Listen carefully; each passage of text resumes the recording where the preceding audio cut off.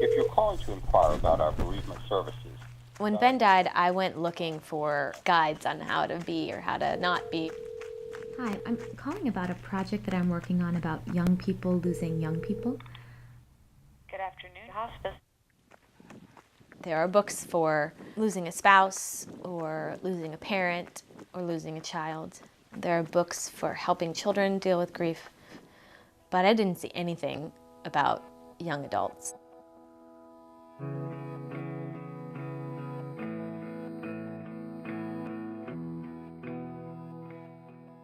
I was 20 when Emily died.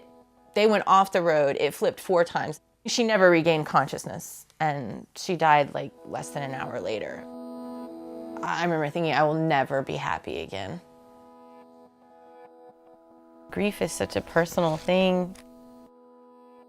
I've met so many people with so many different relationships with their siblings. There's no path. We don't know how to treat somebody who's lost a sibling. Hi, Amy. This is Catherine Orr. My brother died when I was 23, and so I'm interested in talking to other people that have had that experience. Do you mind me asking you what your story is? My older brother committed suicide when he was 22, and I was 20 years old. I really do think that added element of mental illness changes the dynamic significantly. You really just have to develop this internal strength to be able to quiet the storm around you. When Ben was 26 years old, he was diagnosed with an extremely rare form of colon cancer. A year, almost to the day after he was diagnosed, he died. He was just tough. And I still, in the same way as a little sister, I look up to him.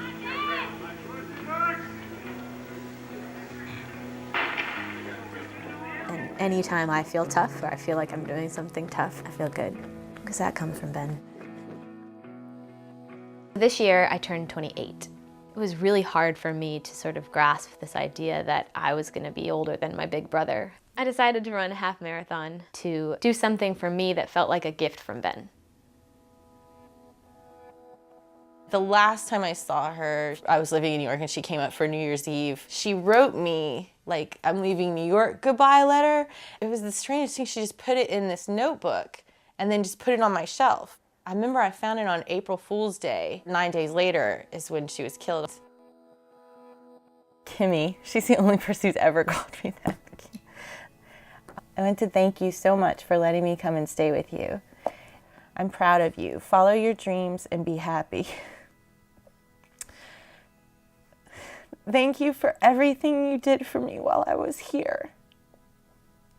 When I have these big things happen in my life, I always think about what she would think about it.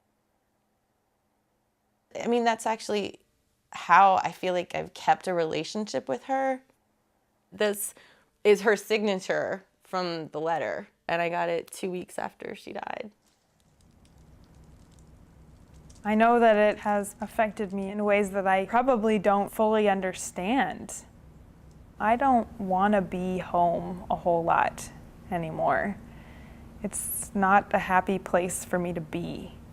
And I never felt that way before he died. So I kind of stay away, which is probably part of the forced growing up. I had to create that separation and that independence, and I think that that has given me a little bit of peace and freedom to move forward with my life.